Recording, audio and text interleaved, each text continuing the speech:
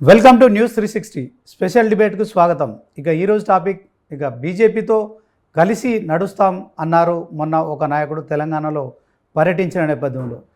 నేను పార్టీకి పూర్వవైభవం తెస్తా, నాకు తెలంగాణ రెండు కళ్ళు అని మరొక నాయకుడు నిన్న హైదరాబాద్ అంటే తెలంగాణ రాష్ట్ర రాజధానిలో కామెంట్ చేశారు. ఆ ఇద్దరు వెలిబుచ్చిన అభిప్రాయాలు ఏవైతున్నాయో సో మనకు క్లియర్ కట్గా ఇంచుమించుగా వారి అభిప్రాయాలు ఒకేలా ఉండడం మనం గమనించవచ్చు. వారి భవిష్యత్తు ఆ కార్యాచరణ కూడా వారి మాటల్లో మనకు స్పష్టమవుతుంది. వారిద్దరు వ్యాఖ్యలు ఇప్పుడు ఆ పార్టీ శ్రేణుల్లో హర్షం వ్యక్తం చేస్తుంది, కానీ ఈ ప్రాంత నేతల్లో మాత్రం కలవరం కల్పిస్తుందని చెప్పుకోవచ్చు. 10 ఏళ్ల కాలం పాటు ఒకే పార్టీ నాయకత్వం, ఒకే ప్రభుత్వం, ఆ ప్రాంత ప్రజల సెంటిమెంట్తో పాటు ప్రత్యేక భావన తీవ్రంగా ఉండేది. ఈ 10 ఏళ్ల తర్వాత మాత్రం ఆ ప్రభావం కొంచెం తగ్గిందా అనే ఫీలింగ్ అయితే కలుగుతుంది. ప్రజలు మార్పు కోరారు, సరే ఒకసారి ఇంకో పార్టీకి అవకాశం ఇచ్చారు. దీన్ని ఆసరాగా తీసుకొని ఇన్నాళ్ళు ఇటువైపు కనీసం కన్నెత్తి చూడడానికి కూడా సాహసించని పొరుగు ప్రాంత నేతలు ఇప్పుడు ఇక్కడ పాగా వేయాలని చూస్తున్నారా? ఇద్దరు కొట్టుకుంటుంటే మూడో వాడికి అడ్వాంటేజ్ అన్నట్లు ఇక్కడ ముగ్గురు మధ్యలో అక్కడి ఆ ఇద్దరు నేతల 10 ఏళ్ల తర్వాత చేస్తున్న ఈ కామెంట్లు ఇక్కడ కాకరేపుతున్నాయా? ఈ ఇరుగు రాష్ట్రంలో ఆ పొరుగు రాజకీయాల ప్రభావం ఉంటుందా? ఎలాంటి మార్పులు 5 ఏళ్ల కాలంలో రాబోతున్నాయి? ఇంతకీ ఈ కామెంట్లు చేసిన ఎవరా ఇద్దరు నాయకులు? ఆ కామెంట్ల వెనుక అర్థం పరమార్థం ఏంటి? ఇది ఇవాల్టి స్పెషల్ డిబేట్. ఈ డిబేట్లో పాల్గొంటున్నవారు బీఆర్ఎస్ నాయకులు రావుల శ్రీధర్ రెడ్డి గారు. సార్ నమస్తే. నమస్తే సార్, మీరు చూశారు మొన్న కొండగట్టుకు వెళ్ళినప్పుడు పవన్ కళ్యాణ్ గారు బీజేపీతో కలిసి నడుస్తాం, అలాగే చంద్రబాబు గారు నిన్న విభజన అంశాల మీద ఏదైతే చర్చకు వచ్చారో సీఎం రేవంత్ రెడ్డితో పాటు కూర్చున్నారు. ఆ అంశాల పట్ల ఒక తొలిగా అడిగేశారు. ఇదంతా మంచి వాతావరణంలో జరుగుతున్నాయి అనుకున్నాం, కానీ నిన్న టీడీపీ పార్టీ శ్రేణులతో ఎన్టీఆర్ భవన్లో చంద్రబాబు చేసిన కామెంట్స్ను ఎట్లా చూస్తారు? మొన్న పవన్ కళ్యాణ్ కొండగట్టులో చేసిన కామెంట్స్ని ఎట్లా చూస్తారు చెప్పండి సార్. ఒకటండి, ఇప్పుడు పవన్ కళ్యాణ్ గారు మొన్నటి జనరల్ ఎలక్షన్స్లో కూడా ఇఫ్ ఐఎమ్ రైట్ కొన్ని సీట్లు బీజేపీ వారికి ఇచ్చినట్టు నాకు గుర్తుంది. ఎక్కడ కూడా డిపాజిట్ వచ్చినట్టు కనపడలేదు. 8 సీట్లు ఇచ్చారు. 8 సీట్లలో కూడా డిపాజిట్ వచ్చినట్టు నాకు కనపడలేదు. రెండవది, సరే ముందు ఆ విషయం మాట్లాడుకుంటే, గతంలో కూడా పవన్ కళ్యాణ్ గారు జనసేన తెలంగాణలో ఇక్కడ పనిచేస్తామని కొంత ప్రయత్నం చేసినారు. కానీ ఒకటి గుర్తుపెట్టుకోండి, తెలంగాణ రాజకీయాల్లో తెలంగాణ ప్రజల యొక్క ఆదరణ జనసేన లాంటి పార్టీలకు ఎప్పుడు ఇక్కడ దొరికే అవకాశం లేదు. ఒక సినీ నటుడుగా ఆయనను ఖచ్చితంగా ఆ నటనకో లేకపోతే సినీ రంగంలో వారిని ఇష్టపడే వాళ్ళు ఇష్టపడతాం తప్పితే, రాజకీయాల్లో తెలంగాణ రాష్ట్రంలో ఏదో చేస్తాము, దానికి బీజేపీని అడ్డం పెట్టుకుంటాము అని చెప్పేసి అనుకుంటే అది వాళ్ళ భ్రమ అవుతుంది. ఎందుకంటే చాలామంది నేను చూస్తూ ఉన్నాను, తెలంగాణలో వాళ్ళకేం స్టేక్స్ లేవు. చెప్పాలంటే ఆమె పేరేంటి, మన వైఎస్ షర్మిల కూడా ప్రయత్నం చేసినారు. ఏం జరిగింది ఇక్కడ? 1000 కిలోమీటర్ల పాదయాత్ర చేస్తే కూడా ప్రజలు పట్టించుకున్న సందర్భం లేకపోతే మళ్ళీ ఆమె ఆంధ్రాకు తరలిపోయి అక్కడ కాంగ్రెస్ అధ్యక్షురాలుగా ఇప్పుడు కొనసాగుతూ ఉన్నారు. కాబట్టి సరే, వాళ్ళకు ఉన్నటువంటి కొద్ది గొప్ప కార్యకర్తలను మెయింటైన్ చేసుకోవడం కోసం చెప్పేటువంటి ఒక ప్రయత్నం ఉండొచ్చు, కానీ ఏదేం మాట్లాడినా జనసేన లాంటి వాటికి అవకాశం లేదు. ఇకపోతే నిన్న మీరు చంద్రబాబు నాయుడు గారి యొక్క మాటలను మీరు చెప్తా ఉన్నారు, తెలంగాణ ఆంధ్రప్రదేశ్ 2 కన్నులని. ఈ 2 కన్నుల సిద్ధాంతానికి ఎన్నడో కాలం చెల్లిపోయింది. ప్రజలు ఇక్కడి నుంచి వారిని పూర్తి స్థాయిలో తిరస్కరిస్తే టీడీపీ పరిస్థితి ఏంటో మనందరం కూడా చూసాం తెలంగాణ రాష్ట్రంలో. ఇప్పుడు ఆడ అధికారం వచ్చింది కాబట్టి వారితో గతంలో వారి పార్టీలో పనిచేసినటువంటి రేవంత్ రెడ్డి గారు ముఖ్యమంత్రిగా ఉన్నారు కాబట్టి ఆ సాన్నిహిత్యం మేరకు ఏమైనా కొద్దిగా రివైవ్ చేద్దామనే ప్రయత్నం చేస్తున్నారేమో, ఏ ఉద్దేశంతో మాట్లాడుతున్నారు. కానీ తెలంగాణ రాష్ట్రంలో ఈ 2 కళ్ళ సిద్ధాంతానికి కానీ అరువు తెచ్చుకున్నటువంటి వ్యవహారాలకు కానీ ప్రజలు ఏమాత్రము ఆదరణ ఇవ్వరు. అది వాళ్ళకి పగటి కలవద్దనేది నా ఉద్దేశం. అంటే అదే సమయంలో ఏపీ ముఖ్యమంత్రి చంద్రబాబు ఇంకో కామెంట్ కూడా చేశారు, కలిసి కూర్చుండి ఎన్నో సమస్యలు పరిష్కారం చేసుకోవాలి, తెలంగాణకు నీటి కష్టాలు కూడా ఉంటాయని చెప్పి కూడా కొంత హెచ్చరిక చేసినట్టు కూడా ప్రచారం. ఆయన చేసేది ఏంటండి, మా దగ్గరికి వెళ్ళి కృష్ణా ఆంధ్రాకి పోతుంది, మన దగ్గరికి వెళ్ళి గోదావరి ఆంధ్రాకి పోతుంది. ఆయన మనకు చేయగలిగేది ఏంటి? చెప్పాలంటే అసలు తెలంగాణ ఆ రోజు తెలంగాణ విభజించిన రోజున కూడా కృష్ణా జలాల్లో మనం ఉదారంగా ఉన్నాం కాబట్టి ఎక్కడ కూడా ఆంధ్రప్రదేశ్ తోటి ఘర్షణ కోరుకోలేదు కేసీఆర్ గారు, లేదా తెలంగాణ ఉద్యమకారులు కూడా ఎన్నడూ కూడా ఘర్షణ కోరుకోలేదు. ఈవెన్ గోదావరి విషయంలో, ఆ తర్వాత పోలవరం విషయంలో తెలంగాణ వచ్చిన తర్వాత 7 మండలాలను యూనిలేటరల్గా ఏకపక్షంగా ఆ రోజున్నటువంటి కేంద్రాన్ని ఒత్తిడి చేసి ఆర్డినెన్స్ తెచ్చుకొని కలుపుకుంటే కూడా తెలంగాణ ఎక్కువగా వాళ్ళని ఇబ్బంది పెట్టే ప్రయత్నం చేయలేదు. తెలంగాణ ఉద్యమం దశాబ్దాలు కొనసాగిన తెలంగాణ వాదులు తెలంగాణ యువకులు ఆత్మార్పణం చేసుకున్నారు తప్పితే పక్క రాష్ట్రం నుంచి వచ్చిన వాళ్ళను తెలంగాణకు బాహాటంగా వ్యతిరేకంగా పనిచేసిన వాళ్ళను పల్లెత్తు మాటం లేదు, ఒక చెంపదెబ్బ కొట్టలేదు, వాళ్ళ ఆహార వ్యవహార వ్యాపారాల్లో ఎక్కడ కూడా జోక్యం చేసుకొని ఇబ్బంది కలిగించలేదు.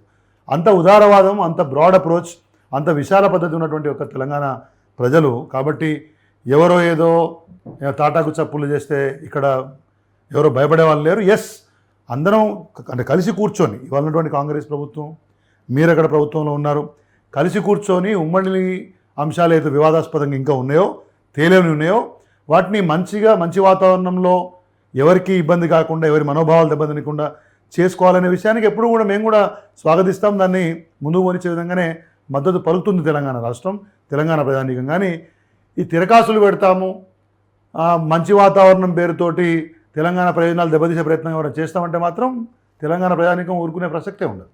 ఇప్పుడు కృష్ణా గోదావరి నీటి వాటాల విషయం అంటే గోదావరి పూర్తిగా తెలంగాణ ప్రాంతానికి ఉపయోగపడే విధంగా మనం మలుచుకుంటున్నాం, కాళేశ్వరం కట్టినాం. కానీ ఏదైతే కృష్ణా నీటి వాటాల విషయంలో మరి కాంగ్రెస్ పార్టీ ప్రభుత్వం గతంలో బీఆర్ఎస్ పార్టీపై కేసీఆర్పై ఆరోపణలు చేసింది. సో కేసీఆర్ కేవలం 299 టీఎంసీలకే అంగీకారం కుదుర్చుకున్నారు. సో మన ప్రాంతంలో దానికి సంబంధించిన ఎక్కువ భూభాగం ఆక్రమించారు. శ్రీనివాస్ గారు, తెలంగాణ రాష్ట్రం ఏర్పడిన సందర్భాల్లో కొన్ని విషయాలు, ఒక బ్రాడర్ కాజ్ మనది. ఆ రాష్ట్రం ఏర్పాటు అనేటువంటి ఒక విషయానికి సంబంధించి కొన్ని విషయాలని ఆ రోజు మనం ఉదారంగా ముందుకు వచ్చిన సందర్భం చూసాం.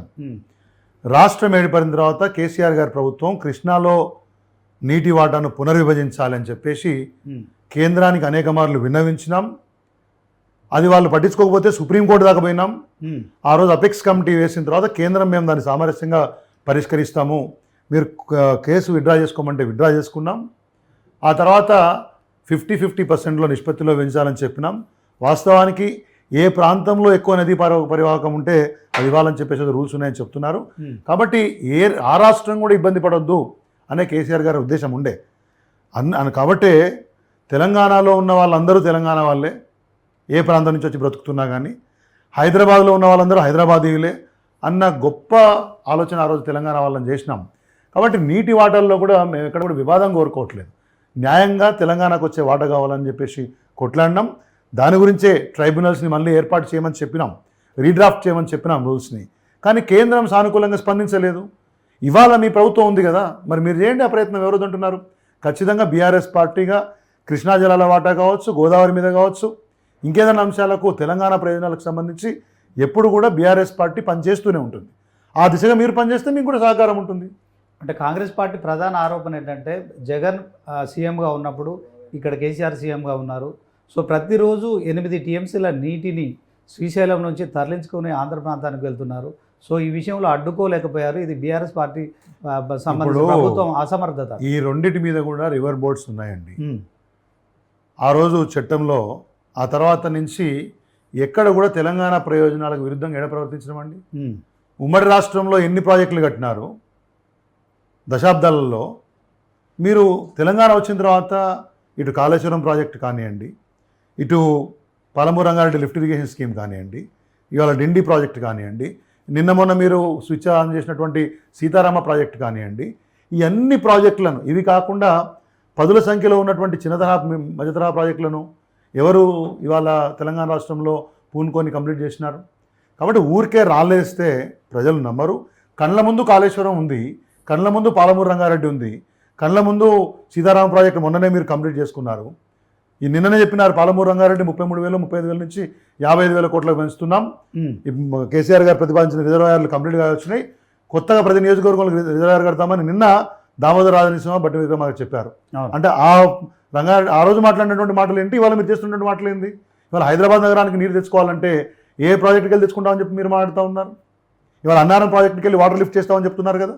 నేను ఏమంటున్నానంటే ఊరికే రాళ్ళేయడం కాదు, ఒక విషయం గమనించాలి.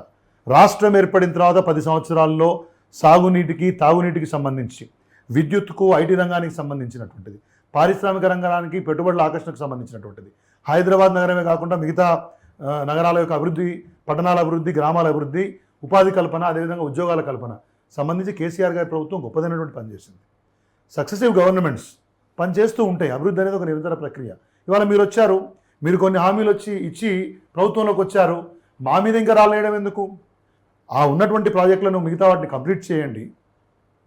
ఇంకేమైనా పెండెన్సీస్ ఉంటే కొత్తగా మీరు చేస్తామన్న వాటిని చేయండి. అప్పుడు ప్రజలు రక్షిస్తే తప్పితే ప్రతిరోజు పాత ప్రభుత్వాన్ని విమర్శించుకుంటూ పోతే మీకు మంచి కాదు, ప్రజల దగ్గర నుంచి ఆదరణ కూడా రాదు. కాళేశ్వరం విషయం మీరు మాట్లాడారు కనుక నేను ఒక ప్రశ్న మిమ్మల్ని అడుగుతున్నాను.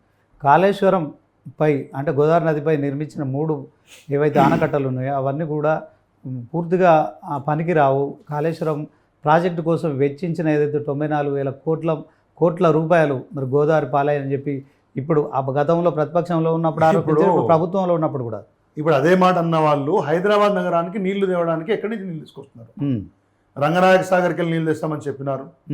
మళ్ళీ వాళ్ళు అన్నారం నుంచే నీళ్ళు లిఫ్ట్ చేస్తామని చెప్తా ఉన్నారు. అన్నారం, సుందిల్లా, మేడిగడ్డ 3 బ్యారేజీలు ఉన్నాయి కదా. మేడిగడ్డలో 7వ జోన్లో ఉన్నటువంటి ఒక 3 పిల్లర్లలో కుంగుబాటు వచ్చింది. దానికి సంబంధించినటువంటి అధ్యయనం చేస్తా ఉన్నారు కదా, ఉన్నాయి కదా.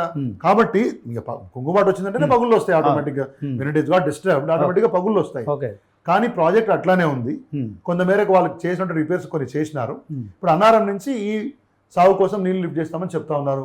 ఆ ప్రాజెక్టు మొత్తంగా పనికి మాలింది అయితే అసలే మనకు అవకాశం దాని నుంచి తెచ్చుకునే అవకాశం లేదనుకుంటే మరి ఇప్పుడు తెస్తామని చెప్తున్నారు నీళ్ళు. కాబట్టి ఒకటండి, రాజకీయపరమైనటువంటి యొక్క విభేదాలు, విమర్శలు వేరు, వాస్తవంగా ఉన్నది వేరు.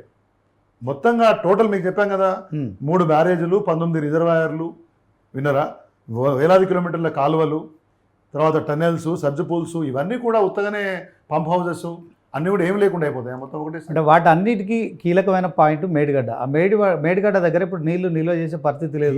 అక్కడ నుంచి ఎత్తిపోతేనే మరి అన్నారంకి వస్తాయి, అక్కడ నుంచి ఎత్తిపోతున్నాయి సుందిలకు. ఆ తర్వాత మరి మనకు తెలిసిందే ఎల్లపల్లికి, ఆ ఎల్లపల్లి నుంచి మిడ్మానర్, అక్కడ నుంచి కీలకమైన ప్రాజెక్ట్ అయినా కానీ మిగతా 2 బ్యారేజెస్ నుంచి కూడా వాళ్ళు లిఫ్ట్ చేసుకునే అవకాశం ఉంది. దాన్ని ఎక్స్ప్లోర్ చేస్తున్నారు. ఆ ఇబ్బంది లేదు.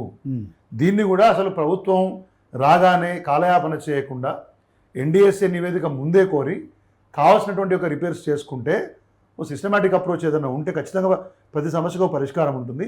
అక్కడి నుంచి కూడా 4 షోర్ నుంచి వాటర్ తెచ్చుకునే అవకాశము మనకు ఉండే. కానీ సరే, ప్రభుత్వం ఒక పద్ధతిని ఎంచుకుంది. ఇప్పుడున్న పరిస్థితులలో నేను దాని విమర్శలు చేసుకోలేదు. ఎండ్ ఆఫ్ ది డే మొత్తం కాళేశ్వరం ప్రాజెక్టు నిరర్ధకమనే మాటను మాత్రం ఖచ్చితంగా వ్యతిరేకిస్తాం, విభేదిస్తాం. అంటే ఇప్పుడు కాంగ్రెస్ ప్రభుత్వం వాదన ఏంటంటే కాళేశ్వరం ప్రాజెక్టు పూర్తిగా పనికిరాదు, కేసీఆర్ అక్కడ ఏదైతే ఆనకట్టలు కట్టిండో అవి కట్టాల్సింది కాదు, ఒక ఇంజనీర్ లాగా ఆయన అక్కడ కూర్చొని ఆ నిర్మాణాలు దాని మీద వాళ్ళు కమిటీ వేశారు. అవును, మేము కమిటీలు వేస్తున్నాం, మేము పూర్తిగా నివేదికలు అన్ని తెప్పించుకుంటామని చెప్పి పీసీ ఘోష్ కమిటీ వేసినారు. అవును, వాళ్ళు అన్ని రకాలుగా విచారణ చేస్తూ ఉన్నారు. ఇంజనీర్లను రిపోర్ట్ రానియండి, వాస్తవం ఏందో తెలియనియండి కదా. మేము ఎక్కడ కూడా మీరు కమిషన్లు వేయకండి, ఎంక్వైరీలు చేయకండి, విచారణ చేయకండి అంటలేం కదా. తప్పు జరిగి ఉంటే ఫిక్స్ ద రెస్పాన్సిబిలిటీ, ఎవరు బాధ్యత తేల్చండి, దానికి అనుగుణంగా ఏం చర్యలు తీసుకుంటూ తీసుకోండి. కానీ అది అడ్డం పెట్టుకొని ఆ ప్రాజెక్టు మొత్తం నిరర్ధకమైతే మరి వాళ్ళ మల్లన్న సాగర్ కానీ, రంగనాయక సాగర్ కానీ, మిగతా దానికి అనుబంధంగా ఉన్న రిజర్వాయర్లు వాడద్దు కదా. మరి ఎందుకు వాడుతున్నారు? అంటే కాళేశ్వరం నా మధ్య కొండా సురేఖ గారు ఎక్కడి నుంచి నీళ్లు విడుదల చేసినారు? రంగనాయక సాగర్ నుంచి విడుదల చేస్తూ 1,20,000 ఎకరాలకు నీళ్లు పోతాయని చెప్పినారు కదా. మరి ఎట్లా పోతుంది? పాలమూరు రంగారెడ్డి నిరర్ధకం అని చెప్పి మాట్లాడిన వాళ్ళు మళ్ళీ వాళ్ళ మొత్తం కంప్లీట్ అయిపోయింది. 35,000 నుంచి 55,000 కోట్లకు మేమే పెంచుతున్నాం. ఎక్స్ట్రా వాటర్ లిఫ్ట్ చేయడం కోసము ఏర్పాట్లు చేస్తున్నాం శ్రీశైలం నుంచి. దానికి ప్రతి రిజర్వాయరు ప్రతి నియోజకవర్గంలో కడతామని ఎందుకు చెప్తా ఉన్నారు? సో వాళ్ళ యొక్క ప్రయోజనం అనేది ఆ రోజు బీఆర్ఎస్ పార్టీని ప్రజల్లో పలచన చేయడం. ఇవాళ ఆ ప్రాజెక్టులు లేకపోతే మనకు సాగునీరు అనేది అవసరం మేరకు దొరకదనేది వాస్తవం. అంటే కాళేశ్వరం ప్రాజెక్టులో భారీగా అవినీతి జరిగిందని చెప్పి 2 పార్టీలు, కాంగ్రెస్, బీజేపీ, బీఆర్ఎస్ పై మరి ఎన్నికల్లో కావచ్చు ఇప్పుడు కూడా అదే వైఖరి. ఒక్క ఎఫ్ఐఆర్ అయిందా? ఒక్క కేసు అయిందా? కమిషన్లు వేసుకున్నారు కదా. ఎవరు తప్పు చేశారనుకుంటే ఎవరు దోషులను కూడా మేము కేసులు పెట్టుకోండి. ఓకే, బీఆర్ఎస్ పార్టీ వెనుక పోవట్లేదు కదా. మేము గతంలో కూడా అనేక సందర్భాల్లో ప్రభుత్వం కాంగ్రెస్ వచ్చిన తర్వాత అంతకంటే ముందు మాట్లాడిన అనేక సందర్భాల్లో చెప్పినాం. పార్లమెంటులో ఉత్తమ్ కుమార్ రెడ్డి గారు ప్రశ్న వేశారు. If I'm right, Uttam Kumar Reddy గారు, రేవంత్ రెడ్డి గారు ప్రశ్న వేసి కాళేశ్వరం మీద అవినీతి జరిగితే సమాచారం ఏమంటే మా దగ్గర ఏం సమాచారం లేదని చెప్పారు. కాళేశ్వరం మొత్తం కూడా తెలంగాణ ఓన్ ట్యాక్స్ రెవెన్యూ, సొంత ఆదాయము వాళ్ళు సమకూర్చున్న నిధులతో కట్టారని చెప్పారు. మొత్తం దేశంలో ఇవాళ వరకు ఏ రాష్ట్ర ప్రభుత్వం కూడా సొంత నిధులతోటి అన్ని వేల కోట్లతో ఒక ప్రాజెక్టు కట్టలేదు. అది ఇవాళ ఒక రోజు కోసం కట్టింది కాదు, కొన్ని వందల సంవత్సరాలు ఆ ప్రాజెక్టు ఉంటుంది. ఆ ప్రాజెక్టు కింద డెవలప్ అయినటువంటి ఎకో సిస్టమ్ ఏదైతే ఉందో దానివల్ల రాష్ట్రంలో అనేక లక్షల ఎకరాలకు అది డిజైన్ చేసింది 36 లక్షల, తర్వాత 42 లక్షలకు అనుకుంటాను ఓవరాల్గా. ఇవాళ స్థిరీకరణ జరిగింది, కొత్త ఆయకట్టు ఏర్పడింది. భవిష్యత్తుకు దాని ద్వారా వచ్చినటువంటి మత్స్య సంపద అనుకోండి, ఆ చెరువుల నింపడం అనుకోండి, రిజర్వాయర్ల ద్వారా దానివల్ల పెరిగినటువంటి భూముల విలువ అనుకోండి, పెరిగినటువంటి యొక్క ఆయకట్టు అనుకోండి, పెరిగినటువంటి పంట దిగుబడి అనుకోండి. ఇలా తెలంగాణ రాష్ట్రం నిన్న చంద్రబాబు నాయుడు చెప్పినాడు ఏమని, తెలంగాణ రాష్ట్రం దేశంలోనే అత్యధికంగా ఉన్నటువంటి తలసరి ఆదాయం ఉన్నటువంటి రాష్ట్రం అని చెప్పినాడు. 10 సంవత్సరాల్లో ఏం పని చేయకపోతేనే, ప్రభుత్వం ఏ రంగాన్ని అభివృద్ధి చేయకపోతేనే ఉత్తగానే తలసరి ఆదాయం పెరిగిందా? మరి ఎందుకు ఆంధ్రప్రదేశ్ పెరగలే? ఆయన 5 సంవత్సరాలు ఉన్నాడు కదా, ఆయన 5 సంవత్సరాలు జగన్మోహన్ రెడ్డి ఉన్నాడు కదా. తెలంగాణ ఎట్లా పెరిగింది ఏం పని చేయకపోతే, ఆంధ్ర ఎందుకు పెరగలేదు? కాబట్టి వాస్తవాలుగా ఉంటాయి. కొన్ని రోజులు వాస్తవాలను మరుగుపరచొచ్చాము, కానీ ఇవన్నీ సమయం మీద ప్రజల ముందుకు వస్తాయి అనేది నా ఉద్దేశం. ఓకే శ్రీధర్ రెడ్డి గారు, మీరు చెప్పినట్టు తెలంగాణ రాష్ట్రం దేశంలోనే పర్ క్యాపిటల్ ఇన్కంలో మరి అగ్రస్థానంలో ఉంది, ఒప్పుకుంటాం. తర్వాత ధాన్యం ఉత్పత్తి, వరి ధాన్యం ఉత్పత్తిలో కూడా పంజాబ్ను మించిపోయినాము. ఇదంతా ఓకే. ఎందుకని మరి మూడోసారి 13 ఏళ్ళు ఉద్యమం చేసిన పార్టీ, తెలంగాణ రాష్ట్రం సాధించిన పార్టీ, మరి 2 సార్లు సీఎం కేసీఆర్ ముఖ్యమంత్రిగా. మీరు గుర్తుపెట్టుకోండి, చేసిన పనిని చెప్పుకునేటటువంటి ఒక సామర్థ్యం ఈసారికి లోపించిందని నేను అనుకుంటున్నాను. తర్వాత ప్రత్యేకించి గ్రామీణ తెలంగాణలో ప్రభుత్వానికి వ్యతిరేకంగా జరిగినటువంటి ఒక ప్రచారం, బీఆర్ఎస్ పార్టీ అధినాయకత్వం మీద, బీఆర్ఎస్ పార్టీ నాయకుల మీద, ఎమ్మెల్యే అభ్యర్థుల మీద జరిగినటువంటి ఒక వ్యతిరేక ప్రచారంలో ఈసారి కాంగ్రెస్ విజయం సాధించింది. దాంట్లో ప్రజలను వాళ్ళు ఆకట్టుకోగలిగినారు. గ్రామీణ ప్రాంతాల్లో మేము ఆకట్టుకోలేకపోయినాం. మరి మీరు అర్బన్ చూస్తే దగ్గర 25 సీట్లలో 16 సీట్లు ఎంఐఎం బోను, మొత్తం సీట్లు బీఆర్ఎస్ పార్టీ గెలిచింది. 2-3 సీట్లు కాంగ్రెస్ ఎక్కడ గెలిచింది, ఇబ్రాహీంపట్నం ఒకటి, తర్వాత ఇంకో దగ్గర. నేనేమంటున్నా అంటే ఇంత మేరకు మరి ఇక్కడ ప్రజాప్రయం వచ్చింది కదా. మొత్తం అసెంబ్లీ ఎన్నికల్లో జరిగిన ఓటింగ్లో 1.8% ప్రజలు మాత్రమే బీఆర్ఎస్ పార్టీని వ్యతిరేకించినారు. అంటే చేసినటువంటి ఒక పనిని మరొకసారి పూర్తి స్థాయిలో ప్రజల్ని కన్విన్స్ చేసే స్థాయిలో గ్రామీణ ప్రాంతాల్లో చెప్పుకోలేకపోయినటువంటి వాస్తవం ఓటింగ్లో కనపడింది. దాని ద్వారా ఫలితాలు వచ్చినాయి. మేమేమి వేరే రాష్ట్రాలలో కాలే కదా. 39 సీట్లు వచ్చినాయి.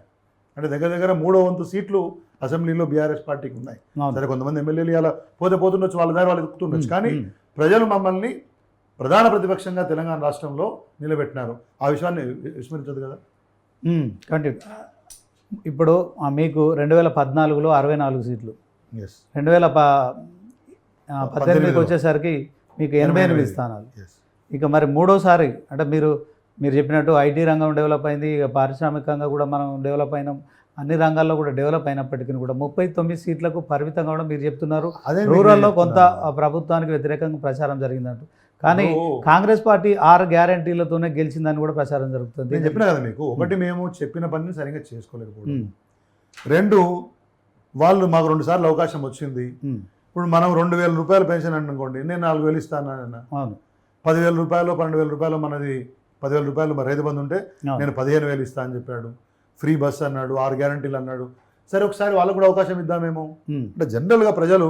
తర్వాత కొంత పార్టీ నాయకత్వం మీద, ఎమ్మెల్యే అభ్యర్థుల మీద రకరకాల ఆరోపణలు చేసినటువంటి ఒక ప్రజలు. ఇప్పుడు మీరే చెప్పినారు కదా, కాళేశ్వరం మీద విపరీతంగా అవినీతి జరిగిందని చెప్పి, పాలమూరు రంగారెడ్డిలో అవినీతి జరిగిందని, మిషన్ భగీరథలో అవినీతి జరిగిందని. అంటే జరిగిన అభివృద్ధి, దాని ద్వారా వచ్చిన ఫలితానికంటే నష్టం ఎక్కువ జరిగింది రాష్ట్రానికి అని చెప్పే ప్రయత్నంలో కాంగ్రెస్ పార్టీ విజయం సాధించిందని నేను అనుకుంటున్నాను. ఓకే, మీరు చెప్తున్నారు. సరే, కొంత ప్రభుత్వానికి వ్యతిరేకంగా ప్రచారం జరిగింది, కొంత ప్రజల్లో వ్యతిరేకత కూడా ఉంది. దీని కారణంగా మీరు మూడోసారి కొంత సీట్లు తగ్గినవి ఒప్పుకుంటాం. ఇంకా మరి ఇప్పుడు ఎమ్మెల్యేలుగా గెలిచి బీఆర్ఎస్ పార్టీ నుంచి గెలిచిన వారంతా ఎమ్మెల్సీలు వీళ్ళంతా కూడా మరొకసారి కాంగ్రెస్ పార్టీలో చేరడం ఎట్లా చూస్తారు? చూడండి, ఇప్పుడు రాజకీయంగా ఫిరాయింపులు సర్వసాధారణమైనవి, మనం దేశవ్యాప్తంగా కూడా చూస్తున్నాం. ఇక్కడ కాంగ్రెస్ పార్టీ ఇవాళ బీఆర్ఎస్ దగ్గర ఎమ్మెల్యేలు ఉన్నారు, వాళ్ళ మెజారిటీ తక్కువ ఉంది కాబట్టి కొంతమంది ఎమ్మెల్యేలను తెచ్చుకునే ప్రయత్నం చేస్తూ ఉన్నారు. కొంతమంది ఇప్పటికే పోయినారు. అంటే 64 మంది వాళ్ళకి ఆల్రెడీ ఉంది కదా, 60కి మించి ఇంకొక 5 ఎక్కువ ఉన్నారు కదా. కాంగ్రెస్ పార్టీ ఎన్నికల మేనిఫెస్టోలో పాంచ్న్యాయలో చెప్పినటువంటి యొక్క విషయాలకు విరుద్ధంగా వీళ్ళు తెలంగాణ రాష్ట్రంలో వ్యవహరిస్తూ ఉంది. ప్రజలు చూస్తూ ఉన్నారు. ఒక రాజకీయ పార్టీగా మా అధినాయకత్వం ఆయా ఎమ్మెల్యేలకు కావాల్సినటువంటి భరోసాని ఇచ్చినారు. వాళ్ళు కూడా పార్టీ సింబల్ మీద గెలిచారు. ఇవాళ నియోజకవర్గ అభివృద్ధి అని కొంతమంది వివిధ అంశాలకు ఆధారంగా కొంతమంది ఎమ్మెల్యేలు ఎమ్మెల్సీలు పోయినారు. అది వాళ్ళ విజ్ఞతకు వదిలేస్తాను తప్పితే ఇప్పుడున్నటువంటి పరిస్థితులలో యాంటీ డిఫెక్షన్ అని ఒకటి ఉంది, ఫిరాయింపుల నిరోధక చట్టము. దానికి సంబంధించి ఇవాళ కూడా నాకు తెలిసి హైకోర్టులో విచారణ ఉంది. వేచి చూద్దాం. బీఆర్ఎస్ పార్టీ వైపు నుంచి మా శాసనసభ్యుడు ఒక ఆయన, తర్వాత పార్టీ వైపు నుంచి ఇది ఫిరాయింపు చేసినటువంటి వాళ్ళని డిస్క్వాలిఫై చేయమని కూడా ఒక అభ్యర్థన కోర్టులో వేసిన చట్టపరంగా పోరాడుతున్నాము. ఆ పని చేస్తాం. నేను ఒకటండి, ఇవాళ చట్టం అనుకూలంగా వస్తుందా రాదా, వాళ్ళు అనర్హులు అవుతారా కాదా అనేది నెక్స్ట్ మ్యాటర్, తర్వాత విషయం. కానీ ప్రజా కోర్టులో అందరం ఓపెనే. ఇవాళ ఆ రోజు మా దగ్గరకు వచ్చిన వాళ్ళు కూడా 10 మంది మొన్న ఓడిపోయినారు.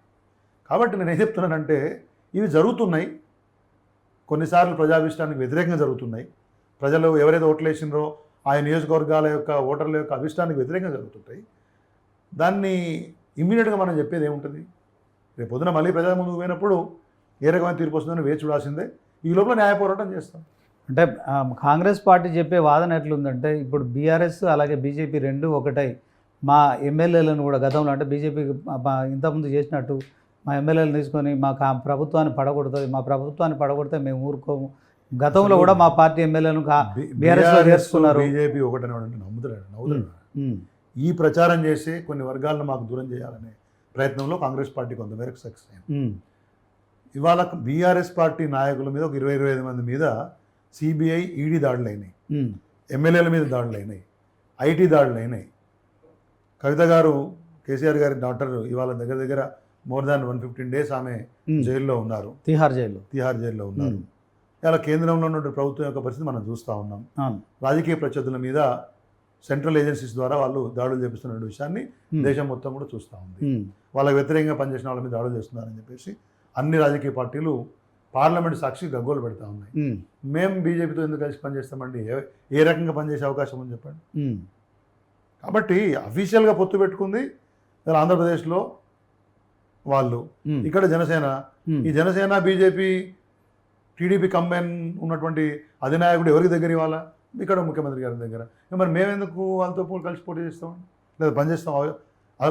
ఏ రకంగా చూసినా అర్థమవుతుంది. అది ఇవాళ ఉద్దేశపూర్వకమైనటువంటి ప్రచారం తప్పితే ఇవాళ కాంగ్రెస్ బీజేపీ ఒక్కటై చేయాలా, రాజకీయంగా ఫినిష్ చేసేయాలి. అంటే ఇదంతా కేసీఆర్ మాకు చూపెట్టిన బాట. గతంలో కూడా మా ఎమ్మెల్యేలను 12 మందిని కూడా చేర్చుకున్నారు, కనీసం ప్రతిపక్ష హోదా లేకుండా. 5 సంవత్సరాలు మమ్మల్ని తిట్టినావు కదా. అవును, నేనేమంటున్నా, 5 సంవత్సరాలు మమ్మల్ని తిట్టినారు. మీరు మెజారిటీ ఉన్న ఫిరాయింపులు చేసుకున్నారు, కేసీఆర్ తప్పు చేసినారు, లేకపోతే బీఆర్ఎస్ తప్పు చేసిందని మీరే తిట్టినారు కదా. అట్లా చేయము, 10th షెడ్యూల్ని సవరిస్తాము రాజ్యాంగంలో, ఫిరాయింపు అయితే మాత్రం వెంబడే వాళ్ళు డిస్క్వాలిఫై కావాలని చెప్పింది మీరే కదా. మరి మమ్మల్ని తిట్టి ఏ విషయంలో అయితే మమ్మల్ని విమర్శించినరో అదే పని మీరు చేస్తున్నారు ఎందుకు? దానికి దీనికి పొందనేమిటి? మీరు ఏది విమర్శించినారో అదే పని చేస్తున్నారు. మేము చేసింది తప్పని మీరు అనుకుంటే అదే ప్రజాభావంలో చెప్పి అదే పని మీరు ఎందుకు చేస్తూ ఉన్నారు? ఓకే, ఇక మరి ఇప్పుడు విభజన అంశం సీరియస్గా నడుస్తుంది. సో మరి ఇక్కడ సీఎం, ఏపీ సీఎం ఇద్దరు కలిసి మొన్న ప్రజాభవన్లో, గతంలో ప్రగతి భవన్ పిలువడు ప్రజాభవన్లో వాళ్ళు మమేకమయ్యారు. సో గతంలో కేసీఆర్ ఇక్కడ మొదటిసారి అంటే 2014లో ముఖ్యమంత్రిగా ఉండే, అక్కడ చంద్రబాబు ఉన్నారు ఆంధ్రప్రదేశ్లో. ఇద్దరు కలిసి చర్చించాల్సిన అంశాలు కావచ్చు, అప్పుడు 5 ఏళ్లలో జరగలేదు. తర్వాత మరి జగన్ కూడా సీఎం అయ్యారు 2019లో. సో అప్పుడు కూడా పరిష్కరించలేకపోయారు కేసీఆర్. ఇదంతా ఆయన అసమర్థత అంటున్నారు. ఇప్పుడు 9th and 10th షెడ్యూల్లో ఉన్న సంస్థలు, విద్యుత్ బకాయిలు, తర్వాత ఇంకా కొన్ని అంశాలు కృష్ణా వాటర్ డిస్ట్రిబ్యూషన్ సంబంధించి ఆ 7 మండలాల అంశము, ఆ తర్వాత 5 గ్రామాలు భద్రాచలం పరిధిలో ఉన్నాయి, మనకు గల్పని వాళ్ళ యొక్క కొట్లాట, భద్రాచలం రామాలయానికి సంబంధించినటువంటి యొక్క భూములు పురుషోత్తంపట్నంలో ఉన్నాయని మొన్న తుమ్మలాశ్వరరావు గారే రాశారు. ఉద్యోగుల విభజన, తర్వాత కొన్ని ఇన్స్టిట్యూషన్స్, ఇవన్నీ కలిపి చాలా వాటిలలో ఏకాభిప్రాయంగా ఒక 30-40 ఇన్స్టిట్యూషన్ సంబంధించి ఇంకా కూడా కొన్ని ఇబ్బందులు ఉన్నాయి. అసలు తెలంగాణ రాష్ట్రం ఏర్పడిన వెంబడే ఉన్న పలంగా ఆంధ్రప్రదేశ్లో ఉన్నటువంటి పవర్ సంస్థల నుంచి పవర్ పర్చేజ్ అగ్రిమెంట్లు రద్దు చేసింది ఎవరు? చంద్రబాబు నాయుడు గారు. అందుకోసం మనకు బకాయిలు పడ్డారు. మన బకాయిలు మనకి ఇవ్వలేదు. ఆ బకాయిలు ఇవ్వమంటే ఇంకేదో తిరగాసు పెట్టినారు. కాబట్టి చాలా సంస్థలకు సంబంధించి ఏకాభిప్రాయం అప్పట్లోనే వచ్చింది. కొన్ని సంస్థలు రాలేదు, వాటికి సంబంధించి వాళ్ళు ప్రయత్నం చేస్తూ ఉన్నారు, సంతోషం. నేనేమంటున్నా అంటే ఇప్పుడు మీ ప్రభుత్వం ఉంది, సఖ్యత ఉంటుంది రెండు రాష్ట్రాల మధ్య వాళ్ళే చెప్పారు. కాబట్టి ఎటువంటి ఇబ్బందులు లేకుండా ఈ అన్ని మిగిలిన 40 or 50 9th and 10th schedule institutions ఉన్నాయి, వాటి విజన్ కంప్లీట్ చేయండి, ఉద్యోగుల విషయాలు కంప్లీట్ చేయండి, 5 గ్రామాలను తెలంగాణలో ఇమీడియట్గా కలపండి, తర్వాత రామాలయం భూములకు సంబంధించినటువంటి ఒక గ్రామాన్ని కూడా ఇక్కడికే తీసుకొని రండి, 7 మండలాల విషయం తెలుసండి, సీలేరు హైడ్రల్ ప్రాజెక్ట్ సంబంధించిన విషయాలు తెలుసండి, మా విద్యుత్ బకాయిలు మనకే చెల్లించే విధంగా చేయండి. ఖచ్చితంగా తెలంగాణ రాష్ట్ర ముఖ్యమంత్రి తెలంగాణ ప్రయోజనాలకి అనుగుణంగానే బిహేవ్ చేస్తారని ఆశిస్తాం, అది దాంట్లో సందేహం లేదు. కానీ దాంట్లో చిత్తశుద్ధి చూపించండి. ఇప్పుడు కొండంత రాగం తీసినట్లు, మొత్తం కొండంత వెలుకని పట్టినట్టు చివరికి అంత పెద్ద హడావుడి చేసినటువంటి మీటింగ్లో అధికారుల కమిటీ వేస్తానని చెప్పి ముగించేశారు. సరే, వాట్ ఎవర్ ఇట్ ఈస్, తొందరగా అధికారుల కమిటీ వేయండి, వేసి దాన్ని అధికారుల స్థాయిలోనే వీళ్ళనంత కంప్లీట్ చేస్తే, ఎంత ఫాస్ట్గా అంత కంప్లీట్ చేస్తే మంచిదే కదా. ఎక్కడ కూడా బీఆర్ఎస్ పార్టీ ఏ రాష్ట్రంతో ఏ ప్రభుత్వంతో ఎన్నడూ ఘర్షణ వాతావరణాన్ని కోరుకోలేదు. తెలంగాణ ప్రయోజనాలే పరమావధిగా, ప్రథమ లక్ష్యంగా, ప్రథమ ప్రయారిటీగా పనిచేసినాం. దాంట్లో కొంతమందికి నొచ్చుకోవచ్చు, కొంతమందికి మంచిగా అనిపించవచ్చు, కొంతమందికి మంచిగా అనిపించవచ్చు. రాష్ట్ర ప్రయోజనాలు ఇంపార్టెంట్, రాష్ట్ర ప్రయోజనాలు ఇంపార్టెంట్ తప్పితే కొంతమంది వ్యక్తులతో సాన్నిహిత్యం లేకపోవడం వ్యక్తిగతం కాదు కదా. కాబట్టి we welcome what you are actually discussing today, but not at the cost of Telangana benefit. అంటే తెలంగాణ యొక్క ప్రయోజనాలకు విరుద్ధంగా జరిగితే దేనికి కూడా ఒప్పుకునే ప్రసక్తి ఉండదు. ఓకే, గత 50 ఏళ్లలో చేసిన అప్పులు సీఎం కేసీఆర్ 10 ఏళ్లలో చేశారు. మీరేమో 10 ఏళ్లలో దశాబ్ది ఉత్సవాలు నిర్వహించిన సందర్భంలో శతాబ్ది అభివృద్ధి జరిగిందని చెప్పారు. కానీ వాళ్ళు 100 ఏళ్ల విధ్వంసం జరిగిందని కాంగ్రెస్ పార్టీ ఆరోపణ. దీనికి అంటే ఒక కాళేశ్వరం ప్రాజెక్టు కడితే ఒక 100 ఏళ్ల వరకు సాగునీటి తాగునీటి ఇబ్బందులు లేకుండా ముందు చూపుతో కడితే అది విధ్వంసం ఎట్లయితుంది? తెచ్చిన ప్రతి రూపాయిని ఆస్తి కింద మరల్చారనేది నా ఉద్దేశం. Every rupee that was borrowed as a loan is converted into asset. ప్రతి ప్రతి రూపాయిని ఆ అప్పును ఆస్తి కింద మరల్చాం. అప్పులు చేయకుండా ఏ ప్రభుత్వాలు మనజాలవు. ఇలా కేంద్ర ప్రభుత్వం చేయలేదా? మీరు వచ్చినటువంటి 7 నెలల్లో 30-40 వేల కోట్లు ఏదో అప్పు చేశారని చెప్తా ఉన్నారు, చేయలేదా? తర్వాత కర్ణాటకలో మీ ప్రభుత్వం ఉంది, చేయలేదా అప్పు? రాజస్థాన్లో ఉంది, చేయలేదా? చంద్రబాబు నాయుడు గారు మొన్న వచ్చిన 10 నెలలు కాలేదు, ఇప్పుడు 8,000 కోట్లు అప్పు చేసినారు. రాష్ట్రాలు, జనరల్ ప్రభుత్వాలు అప్పులు చేయడము, వాళ్ళు అనుకున్నటువంటి ఫ్లాగ్షిప్ స్కీమ్స్ అనుకోండి, వెల్ఫేర్ స్కీమ్స్ అనుకోండి, వాటి ఇన్వెస్ట్మెంట్ కింద అప్పును పెట్టుబడిగా పెట్టి దాన్ని ఆస్తిగా మార్చడము. అలా మిషన్ భగీరథ కొన్ని వేల కిలోమీటర్ల పైప్ లైన్లు వేసినాం. అన్ని గ్రామాలకు, హైదరాబాద్ నగరానికి 100 ఏళ్ల వరకు కూడా ఎక్కడ తాగునీటి సమస్య రాకుండా ఒక వ్యవస్థ ఏర్పరచున్నాం. 39,000 కోట్ల రూపాయలు తెలంగాణ రాష్ట్రంలో విద్యుత్ వ్యవస్థను ఆధునీకరించడానికి పెట్టినాము. హైదరాబాద్ నగరంలో రెప్పపాటు కూడా కరెంటు పోకుండా ఉండే విధంగా ఒక ఐలాండ్ వ్యవస్థను ఏర్పాటు చేసినాము. ఇవాళ అనేక 7,754 మెగావాట్ల విద్యుత్తు స్థాపిత సామర్థ్యం, ఇన్స్టాల్డ్ కెపాసిటీ అంటారు, 18,854 మెగావాట్ల ఇన్స్టాల్డ్ కెపాసిటీకి తీసుకురాగలిగినాము. హైదరాబాద్ నగరంలో మంచినీటి వ్యవస్థను డెవలప్మెంట్ చేసినాము. Strategic development road development plan కింద, SRDP అంటారు, స్ట్రాటజిక్ నాలా డెవలప్మెంట్ ప్లాన్ కింద 100 కిలోమీటర్ల రోడ్లు డెవలప్మెంట్ చేసినాము. 37 ఫ్లైఓవర్లు కట్టినాము. హైదరాబాద్లో 100% మురుగునీటిని ట్రీట్మెంట్ చేసే ప్లాంట్ STPsని 37-38 ప్లాంట్స్ కట్టినాము. సో మీరు ఇట్లా చెప్పుకుంటూ పోతే మిషన్ కాకతీయలో కొన్ని వేల చెరువులను బాగు చేయగలిగినాము. సో మీరు 132,000 ఉద్యోగాలు సృష్టించగలిగినాము. దగ్గర 3 లక్షల కోట్ల ఇన్వెస్ట్మెంట్స్ తీసుకురాగలిగినాము. దాని ద్వారా 20 లక్షల ఉద్యోగాలు డెవలప్మెంట్ సృష్టించగలిగినాము. హైదరాబాద్ నగరాన్ని ఒక ఇన్వెస్ట్మెంట్ హబ్ కింద తీర్చిదిద్దగలిగినాము. ఫార్మా సిటీ ఏర్పాటు చేసే ప్రయత్నం చేస్తున్నాం, అది ఆన్గోయింగ్ ఉంది. అనేక అంటే కేంద్ర ప్రభుత్వంతో కొన్ని ఇన్స్టిట్యూషన్స్ తీసుకురాగలిగినాము. So what I'm trying to tell you, కొన్ని 1000కి పైగా గురుకులాలు ఏర్పాటు చేసినాము. పేద విద్యార్థులకి వాళ్ళ విద్య దొరుకుతూ ఉంది. మన ఊరు చేపట్టి మా హయాంలోనే 3,000 స్కూల్స్ బాగు చేసినాము. మొత్తం ప్రభుత్వ రంగంలో ఉన్న 26,000 స్కూల్స్ బాగు చేయడం కోసం ప్రణాళికలు ఏర్పరిచినాము. మీరు చెప్పుకుంటూ పోతే అన్ని రంగాల్లో ఒక బ్రహ్మాండమైన అభివృద్ధి. 4.5 లక్షల కోట్ల రాష్ట్రం యొక్క GSDP, గ్రాస్ స్టేట్ డొమెస్టిక్ ప్రోడక్ట్ని 13.5 లక్షల కోట్లకు తీసుకురాగలిగినాము. తెలంగాణ వన్ ఆఫ్ ది కాదు, highest per capita income, highest per capita power consumption, అంటే అత్యంత ఎక్కువైనటువంటి తలసరి విద్యుత్ వినియోగం ఉన్నది తెలంగాణ రాష్ట్రంలోనే. శిశు మరణాలు, తర్వాత కాన్పులోనే తల్లి చనిపోయేటువంటి మరణాలు ఉంటాయి. వీటిల్లో దేశ సగటు కంటే చాలా తక్కువగా మన దగ్గర మరణాలు నమోదు చేసినాము. కోవిడ్ని బ్రహ్మాండంగా నిరోధించగలిగినాము. తర్వాత కావాల్సిన సర్వీస్ చేయగలిగినాము.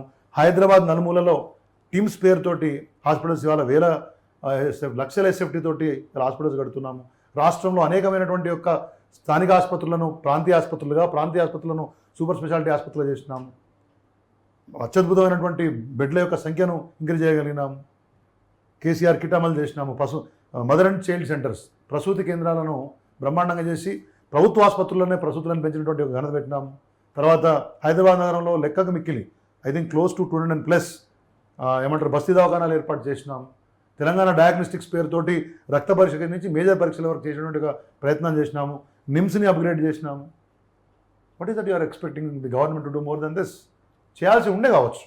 ప్రజలకు పనిచేసే ప్రభుత్వం నుంచి కొన్ని ఎక్స్పెక్టేషన్స్ ఎక్కువ ఉంటాయి. కేసీఆర్ గారి యొక్క ప్రభుత్వం నుంచి ఇంకా ఎక్స్పెక్టేషన్స్ ఎక్కువ ఉండవచ్చు కదా. రైతు బంధు మీరు చూసినారు కదా, ప్రపంచంలోనే నేను ఐఎమ్ సేయింగ్ దిస్, రైతులకు నేరుగా డబ్బిచ్చి రాష్ట్ర ప్రభుత్వం నుంచి వారి ఖాతాల్లోకి బదిలీ చేసి పెట్టుబడి సాయం చేసినటువంటి ఏకైక ప్రభుత్వము. 63 లక్షల మంది రైతులకు మోర్ దాన్ 75,000 crores నేరుగా బదిలీ చేసినాం. డైరెక్ట్ బెనిఫిట్ ట్రాన్స్ఫర్స్లో one of the biggest, Kanti Velugu, world's largest eye screening programme చేయగలిగినాము. సో ఎక్కడ కూడా కేసీఆర్ ప్రభుత్వం ప్రజలకు పని చేయకుండా లేదు. అయితే గణనీయమైనటువంటి ఒక సామర్థ్యాలు పెంచినాం అన్ని రంగాలలో. మీరు ఏ రంగం గురించి అన్నా చర్చ పెట్టండి, ఎవరితోనైనా చర్చ పెట్టండి, మారడానికి సిద్ధంగా ఉన్నాం. అయితే కొన్ని అంశాలకు సంబంధించి ప్రజల్లో ఒకలాంటి తప్పుడు భావననో మరొక భావనను క్రియేట్ చేయడంలో కొన్ని పార్టీలు సక్సెస్ అయినాయి. అది కొన్నిసార్లు జరుగుతుంది, అన్నిసార్లు జరిగే అవకాశం. అంటే ఉమ్మడి ఆంధ్రప్రదేశ్ నుంచి మన తెలంగాణ విడిపోయినప్పుడు మనకు మిగులు బడ్జెట్ ఉండే. మీరు 10 ఏళ్లలో 7 లక్షల కోట్ల అప్పులు చేసిరు. ఇప్పుడు ప్రభుత్వం దగ్గర అసలు ఖాళీ ఖజానా ఉంది, ఉద్యోగులకు జీతాలు ఇచ్చే పరిస్థితి లేదు. ప్రభుత్వం ఇదంతా బీఆర్ఎస్ చేసిన విధ్వంసం. శ్రీనివాస్ గారు, నేను ఏమంటున్నా, ప్రభుత్వంలో ఖాళీ ఖజానా అంటే ఏంది? రోజు ఏమన్నా ఇప్పుడు మనం ఇళ్ళల్లో బీరోలో పెట్టుకున్నట్టు 10 లక్షల కోట్లు బీరోలో పెడతారా? అంటే మీరు ఉత్పాదక రంగం మీద పెట్టుబడి పెట్టినా దాని నుంచి రిటర్న్స్ ఏం రావు. ఇప్పుడు వడ్డీలు కట్టలేకపోతున్నాం. తప్పు అంటున్నా నేను. ప్రభుత్వం దగ్గర రెవెన్యూ వస్తుంది, రెవెన్యూ ఖర్చు అవుతుంటుంది, ఇన్కమ్ వస్తుంటుంది, ఎక్స్పెండిచర్ జరుగుతుంది. దాంట్లో అది వడ్డీలకే సరిపోతుంది. ఎట్లా అవుతుంది? వడ్డీ చేసిన అప్పులకు వడ్డీలకు సరిపోతుంది. అది వాళ్ళ యొక్క అవగాహన రాహిత్యం. తెచ్చిన పెట్టుబడికి సంబంధించినటువంటి దాంట్లో ఇప్పుడు కాళేశ్వరం చాలా మంది అంటారు నాతో 90,000 కోట్లయింది, 1,00,000 కోట్లయింది. ఈ 1,00,000 కోట్లు ఒక 100 సంవత్సరాలకు ఈ ప్రాజెక్ట్ ఉందనుకోండి, ఈ 100 సంవత్సరాలకు 42 లక్షల ఎకరాలకు నీళ్లు పారింది అనుకోండి, దాంట్లో వచ్చే ఆయకట్టుకు, దాంట్లో వచ్చేదానికి ఒక ఉత్పాదకతకు 2 పంటలు 3 పంటలు, దాంట్లో ఉండే మత్స్య సంపద, అలైడ్ ఇండస్ట్రీస్, దీని ద్వారా వ్యవసాయ అనుబంధ రంగాలు చాలా ఉంటాయి. పాడి రంగం ఉంటుంది, మరొకటి ఉంటుంది, మాంసోత్పత్తుల రంగం ఉంటుంది. వీటన్నిటికీ మన ఇండస్ట్రీస్కి మనము పారిశ్రామిక రంగానికి నీళ్ళు ఇస్తాము, తాగునీటికి నీళ్ళు ఇస్తాము. ఇప్పుడు ఈ బాటిల్ మీరు నాకు ఫ్రీగా ఇచ్చారండి, నాకు దప్పికేసింది, 15 రూపాయలు బట్టి బాటిల్ కొనుక్కొని తాగనా? మంచినీళ్ళు ఇంపార్టెంటా, 15 రూపాయలు 16 రూపాయలు ఇంపార్టెంటా? తాగడం. ఎండ్ ఆఫ్ ద డే ప్రజలకు కావాల్సిన సౌకర్యాలను ప్రభుత్వాలు ఒక్కొక్కసారి నష్టకష్టాలకు వచ్చైనా కానీ ఇవ్వాల్సిన అవసరం ఉంటుంది. ఉమ్మడి ఆంధ్రప్రదేశ్ ఉన్నప్పుడు మీరు మన దగ్గర ఉన్నటువంటి మైక్రో స్మాల్ మీడియం ఎంటర్ప్రైజెస్, సూక్ష్మధర చిన్నధర పరిశ్రమలు, ఎన్ని వేల పరిశ్రమలు బంద్ అయినాయండి. ఇప్పుడు వాళ్ళ ఆరోపణలు కూడా అదే సార్. కాళేశ్వరం ప్రాజెక్టులో ఒక ఎకరాకి నీరు పారకం అందించాలంటే ₹1,00,000 ఖర్చు వస్తుంది. దానికి సంబంధించిన విద్యుత్ బిల్లులు కూడా మీరు వాడిన బాహుబలి మోటార్లు, వీటన్నిటితో ప్రజలపై భారం పెరుగుతుందండి. మీకు కూడా చెప్పనా, అసలు ఖర్చును అంచనా వేసే పద్ధతి తప్పు చెప్తున్నారు వాళ్ళు.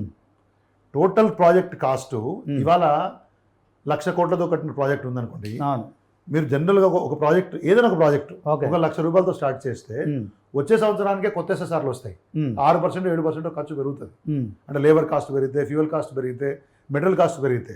అట్లా మరి ఇదే ప్రాజెక్ట్ కాళేశ్వరం ప్రాజెక్టును ఇవాళ మీరు ఒక 10 సంవత్సరాలు మేము కట్టలేదు, ఒక 10 సంవత్సరాలు కట్టాలనుకోండి, 60 లక్షల కోట్లు కట్టగలుగుతావా? దప్పైనప్పుడే బాయిల్ అవుతున్నట్లయితుంది. తెలంగాణ రాష్ట్రము భవిష్యత్తు 100 సంవత్సరాల పాటు సాగునీటికి తాగునీటికి ఇబ్బంది పడొద్దు. సముద్రానికి వేస్ట్గా పోతున్నటువంటి ఒక నీళ్లను మనం పాటలే రాసుకున్నాం కదా, తలాపున గోదావరి ఉంది, పక్కకు నీళ్ళు వస్తలేవు అని చెప్పేసి ఒక బృహత్ పథకం చేపట్టి ఆ నీళ్ళని తీసుకొచ్చి రిజర్వాయర్లలో పెట్టుకుంటే మనకు అవసరానికి 3 పంటలు అట్లీస్ట్ 2 పంటలకైనా పూర్తి స్థాయిలో సూర్యాపేట కనుక చివరి వరకు కూడా నీళ్ళు ఇచ్చేటువంటి పరిస్థితి రావాలి. హైదరాబాద్ లాంటి మహానగరం పెరుగుతూనే ఉంది. ఇక్కడికి మంచినీరు రావాలి, ఒక కృష్ణాతోటి మనకు ఉరకటే అవకాశం ఉండదు అనే విధంగా ఇటు సాగునీరు, తాగునీరు, పరిశ్రమలు. Kaleshwaram is multipurpose project. It is not ఏదో ఒక లక్ష్యానికి చేరినటువంటి కాదు. కాబట్టి మీరు ఎట్లా ఒకటేసారి ₹1,00,000 అయింది, ఇదైంది? రంగాల వారీగా వచ్చినటువంటి ఆదాయాన్ని మనం ఎట్లా దాన్ని తృణీకరించి ఊరికే మాడేస్తున్నారు? వాళ్ళు లెక్క కడుతున్నటువంటి ఒక పద్ధతి తప్పు అనేది నా యొక్క ఉద్దేశం. ఓకే, దాంట్లో ఏమైనా తప్పులు జరిగినాయా, మీరు అన్న అవినీతి జరిగిందా, ఇది జరిగిందా, మీకు ఏదైనా అవకాశం ఉంటే, సాక్ష్యాలు ఉంటే, సబూత్ ఉంటే బయటికి తీసుకురండి, కేసులు పెట్టండి. దాని గురించి అంటలేం. కానీ ప్రాజెక్టే వేస్ట్. మరి ఇవాళ ప్రాజెక్టు వేస్ట్ అయినటువంటి పాలమూరు రంగారెడ్డిలో మీరు ఎట్లా మళ్ళీ అంచనాలు పెంచి కొత్త రిజర్వాయర్లు కడతారంటున్నారు? లిఫ్ట్ ఇరిగేషనే వేస్ట్ అన్నోళ్ళు కొడంగల్లో ముఖ్యమంత్రి గారి యొక్క నియోజకవర్గంలో మళ్ళీ ఇప్పుడు అవసరం లేదు, ఆ ఉన్న ప్రాజెక్ట్ నుంచి జూరాల నుంచి నీళ్ళు తెచ్చుకొని మీరన్న కొడంగల్ ప్రాంతానికి కూడా నీళ్ళు ఇవ్వచ్చు ఏదో రకంగా అని చెప్పేసి చెప్తుంటే, మరి మీరు ఎట్లా మళ్ళీ అలా కొత్తగా లిఫ్ట్ ఇరిగేషన్ స్కీమ్లు పెట్టి రిజర్వాయర్లు కట్టే ప్రయత్నం చేస్తున్నారు? మొన్ననే ఇచ్చారు కదా, మీరు వచ్చిన తర్వాతనే నాకు తెలిసి 1954, 2954 కోట్లకు పాలనానుమతులు ఇచ్చినారు. నేను ఏమంటే ప్రయారిటీస్ ఇవాళ కాళేశ్వరం కానివ్వండి, మిషన్ భగీరథ కానివ్వండి, పాలమూరు రంగారెడ్డి లిఫ్ట్ ఇరిగేషన్ కానివ్వండి, డిండి కానివ్వండి, సీతారామ ప్రాజెక్టు కానివ్వండి, అవి కాకుండా లెక్కకు మిక్కిలి మిగతా చిన్న ప్రాజెక్టులు కానివ్వండి, విద్యుత్ రంగంలో చేపట్టినటువంటి యొక్క ప్రాజెక్టులు కానివ్వండి, ఇవేవి కూడా తెలంగాణ ప్రయోజనాలకు విరుద్ధంగా చేపట్టాలని ఏ ప్రభుత్వం చేస్తుందా అండి? తప్పు, ఆ వాదన తప్పు. ఓకే, శ్రీధర్ రెడ్డి గారు, మీరు చెప్తున్నారు కాళేశ్వరం ప్రాజెక్టు ఇంకో 100 ఏళ్లకు పనికొచ్చే విధంగా మీరు నిర్మించారు. ఓకే, ఒప్పుకుందాం. కానీ మొన్న ఏదైతే యాసంగికి సంబంధించి 20 లక్షల పంట ఎండిపోయింది. దీనికి కారణం బీఆర్ఎస్ ప్రభుత్వమే. బీఆర్ఎస్ అధికారంలో ఉన్నప్పుడే కాళేశ్వరం మేడిగడ్డ ప్రాజెక్టుకు ఈ యొక్క పగుళ్ళు ఏర్పడ్డాయి, అవి పిల్లర్లు కుంగిపోయినాయి. సో అప్పుడు వాళ్ళు చేసిన తప్పే ఇది రైతులకు సంబంధించి. మీరేమో కాంగ్రెస్ పార్టీ నీళ్లు ఎత్తిపోయడం కాకుండా చేయడం ద్వారా జరిగింది. మేము బీఆర్ఎస్గా వాళ్ళను హెచ్చరించిన తర్వాత వాళ్ళకున్న అవకాశం మేరకు వాళ్ళు నీళ్ళు ఇచ్చినారు. ఎందుకు అప్పటిదానికి ఇవ్వలేదండి? అసలు కాళేశ్వరమే వద్దు అన్న వాళ్ళు కాళేశ్వరంలో నీళ్ళు లేవు కాబట్టి ఇవ్వలేనంటాం ఏంటి? మరి మీ దగ్గర ఏదైనా ఒక ఆల్టర్నేట్ సోర్స్ ఉండాలి కదా. కాళేశ్వరమే నిరుద్ధంగా అనుకున్నప్పుడు మరి వేరే సోర్స్ ఉండాలి కదా. ఎండాదరే కాళేశ్వరం ద్వారానే నీళ్ళు ఇవ్వాల్సిన పరిస్థితి వచ్చింది కదా. కొండా సురేఖ గారు పోయి రంగనాథ్ సాగర్ నుంచి నీళ్ళు ఇచ్చిపెట్టినారు కదా. మేమే కొట్లాంటామా హల్దీవాగ్లో నీళ్ళు ఇచ్చిపెట్టండి, మిగతా వాటిలో నీళ్ళు ఇచ్చిపెట్టమని చెప్పినాం కదా. మరి నిరర్ధకం అన్న వాళ్ళు ఆ ప్రాజెక్ట్ ఎట్లా వాడతారు అంటే వాదన తప్పని తేలింది. రెండోది, ఏసంగి సమయంలో కూడా ప్రభుత్వం ఇంకొద్ది అంతా ప్రణాళికతోటి వ్యవహరించి ఉంటే ఆ 20 లక్షల ఎకరాలు 10 లక్షల ఎకరాలు అవి కూడా ఎండిపోయి ఉండేది కాదు. ప్రభుత్వం నిర్వహించేది మీరు, మమ్మల్ని అంటే ఎట్లా వస్తుందండి? బీఆర్ఎస్ ప్రభుత్వం అధికారంలో ఉన్నప్పుడు వర్ణదేవుడు కర్ణించుండు, వర్షాలు పడ్డాయి. సో ప్రజలకు సంబంధించి ఎక్కడ కూడా నీటి ఎద్దడి లేకుండా తాగునీటికి కావచ్చు, సాగునీటికి, ఇదంతా దీని ద్వారా జరిగింది. కాళేశ్వరం ప్రాజెక్టు ఎత్తిపోసింది 100-200 టీఎంసీలు ఎక్కువ లేదని చెప్తున్నారు. ఏం చెప్తారు? ఇప్పుడు శ్రీనివాస్ గారు ఇది ఒక వింతైన వాదన. ఇప్పుడు వర్ణదేవుడు అంటే వద్దా, వానలు పడద్దా? ఆ రిజర్వాయర్లు ఎందుకు కట్టుకున్నాం మనము అంటే? ఇప్పుడు రిజర్వాయర్లు ఎండిపోయినాయి, సిల్ట్ స్టేజ్లో ఉన్నాయి. కాదండి, ఇప్పుడు మీకు మలంబ సాగరు, రంగనాయక సాగరు, మిగతా అన్ని రిజర్వాయర్లు మన దగ్గర. ఇవన్నీ రిజర్వాయర్లు మనం ఎందుకు కట్టుకున్నాము? వాటరు వరద సమయంలో వాటర్ని లిఫ్ట్ చేసి ఆయా రిజర్వాయర్లలో స్టోర్ చేసుకొని ఉంటే రేపు పొద్దున వాతావరణ పరిస్థితులకు అనుకూలంగా లేకున్నా అవసరాల మేరకు నీటిని ప్రణాళికబద్ధంగా వాడుకోవాలని ఆ రిజర్వాయర్లు కట్టుకున్నాం. 60 రోజులు ప్రామాణికంగానో 90 రోజులు మనకు వరద వస్తుంది, 60 రోజులలో లిఫ్ట్ చేసుకుంటాం బేసికలీ. రిజర్వాయర్లు లేవనుకోండి, మరి ఏడ స్టోర్ చేసుకుంటారు నీళ్ళు? మీరు ఆ నీళ్ళని సముద్రంలోకి పోతాయి కదా. కాబట్టి రిజర్వాయర్లు మనం కట్టుకున్నాం. మరి ఇప్పుడు ఆ సమయంలో వర్షం పడింది అదనంగా, దాన్ని వద్దంటామా మనం? వర్షం నీ చేతులు ఉన్నదా, నా చేతులు ఉన్నదా? సపోజ్ ఇప్పుడు వర్షం పడలేదు జూన్ నెలలో, ఇప్పటి వరకు జూన్ నెలలో మొత్తంలో కూడా మనకు అనుకున్న మేరకు వర్షపాతం లేదు. జూలై 7వ తారీఖు దాటింది, 8వ తారీఖు, ఇవాళ కూడా వర్షాలు అనుకున్నంత మేరకు లేవు. భూగర్భ జలాలు కూడా నాకు తెలిసి గ్రామీణ ప్రాంతాల్లో పోయిన సంవత్సరం ఉన్నదానికంటే 1.93 మీటర్స్ లోపడి పోయినాయి. అంటే దగ్గర దగ్గర 6 ఫీట్లు లోపడి పోయినాయి. ఆ ఇబ్బందులు రైతులకు ఉన్నాయి. మరి రిజర్వాయర్లు ఉంటే నయమా, రిజర్వాయర్లు లేకుండా నయమా? ఆ రిజర్వాయర్లు ఉంటే ఆ సమీపమైనటువంటి కాలువలు పెట్టేసి ఆ చెరువులకు ఆ డిస్ట్రిబ్యూషన్ పాయింట్స్ ద్వారా వచ్చే దగ్గరికి నీళ్ళు ఇచ్చే ప్రయత్నం చేస్తాం కదా. అంటే మీ వాదన నేను ఒకటే, ఇక్కడ ఎవరినో విమర్శించాలా, ఎవరినో తిట్టాలనేటువంటి ఒక దృక్పథమైన వ్యక్తిని నేను కాదు. కానీ కట్టుకున్న ప్రాజెక్టులు, కట్టుకున్నటువంటి యొక్క రిజర్వాయర్లు నిరర్ధకమని ఎవరైనా మాట్లాడితే తప్పు. దాన్ని మీరు సరైన పద్ధతిలో నిర్మాణాత్మకమైనటువంటి ప్లాన్తో మీరు వాడుకుంటే ఖచ్చితంగా రైతులకు న్యాయం. ప్రణాళిక కాంగ్రెస్ ప్రభుత్వానికి లేదంటారా? ఉందా లేదా మనకు తెలుస్తుంది కదా. 7 నెలలు అయింది, యాసంగి సందర్భంగా చూసినాము. కొంత ప్రణాళిక లేకుండానే వివరించినట్టు కనబడింది. ఇప్పుడు వర్షాకాలము చూద్దాం ఎట్లా చేస్తారో. ఇప్పుడు వర్షాలు పడడం అనేది రేవంత్ రెడ్డి గారి చేతుల్లో, కేసీఆర్ గారి చేతుల్లో లేదు. కానీ కంటింజెన్స్ ప్లాన్ ప్రభుత్వం దగ్గర ఉండాలి కదా, రైతును ఆదుకునేటువంటి వ్యవస్థ ఉండాలి కదా. రిజర్వాయర్లలో నీళ్లు ఉంటే ఆటోమేటిక్గా మనం ముందుకు వస్తాయి కదా. కాబట్టి ఒకటి రెండు రకాలుగా విభజిస్తాను. ప్రాజెక్టులు నిరర్ధకం అని చెప్పే వాదనని ఖండిస్తాను. తప్పు అది. ప్రణాళికాబద్ధంగా వాడుకోవాలనేది వాళ్ళ చేతిలో ఉంది, గవర్నమెంట్ వాళ్ళ దగ్గర ఉంది. రైతుల యొక్క ప్రయోజనాలను పరిరక్షించాలని చెప్పేసి ఇప్పుడు మేము చెప్పడం తప్పితే ఇవాళ కొట్లాడ లాభం ఏముంది? 10 ఏళ్ళు మీరు అధికారంలో ఉన్నారు. సో మీరు ఇచ్చిన హామీలు ఎన్నిటినో విస్మరించారు. దళితులకు 3 ఎకరాల భూమి కావచ్చు, దళిత ముఖ్యమంత్రి కావచ్చు, డబుల్ బెడ్రూమ్, ఈ 3-4 అంశాలను మీరు పూర్తిగా అంటే ఎన్నికల మేనిఫెస్టోలో పెట్టి కూడా మీరు అమలు చేయలేదు. కానీ ఇప్పుడు ఆ కాంగ్రెస్ పార్టీ అధికారంలోకి వచ్చి మీరు 6 నెలలు కాకముందే అంటే డే 1 నుంచే మీరు 6 గ్యారెంటీలు అమలు చేయాలని ఒత్తిడి చేయడం ఎట్లా సమర్థించుకోండి? డే 1 నుంచి మేము అడగలేదు. కేసీఆర్ గారు చాలా క్లియర్గా చెప్పినారు, కొత్త ప్రభుత్వం సమయం ఇస్తాం, మీరు ఏ క్యాలెండర్ అయితే ఇచ్చిండ్రో ఇప్పుడు డిసెంబర్ 9 రుణమాఫీ చేస్తానని ముఖ్యమంత్రి గారే చెప్పారు. అవును, వేరే ఎవరు చెప్పలేదు. 9 నాడు చేయలేదు ఎందుకు, ఎప్పుడు చేస్తారని అడిగినాం. అవును, రాజకీయ పార్టీ అనగా రకరకాల స్థాయిల్లో నాయకులు ఉంటారు. ఆయా సందర్భాల్లో ఆయా నాయకులు అడిగినారు వాళ్ళు వచ్చినప్పుడు. దానిలో తప్పే ఉన్నది. మీరు చెప్పింది మేము అడిగినాం తప్పితే మీరు చెప్పింది మేము అడగలే కదా. ఇప్పుడు మేము 10 సంవత్సరాలు ప్రభుత్వంలో ఉన్నప్పుడు మెజారిటీ అంశాలు మేనిఫెస్టోలో పెట్టనివి కూడా, రైతు బంధు మేనిఫెస్టోలో లేదు, రైతు బీమా మేనిఫెస్టోలో లేదు, లేకపోతే ఇట్లా దళిత బంధు మేనిఫెస్టోలో లేదు, కళ్యాణ లక్ష్మి లేదు.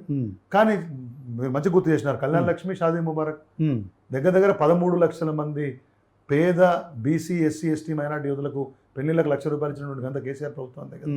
అదొక సామాజిక విప్లవం కిందనే తీసుకోవాలి కదా. దాని ద్వారా చాలా మంది బ్రహ్మాండంగా చదువుకున్నారు కదా.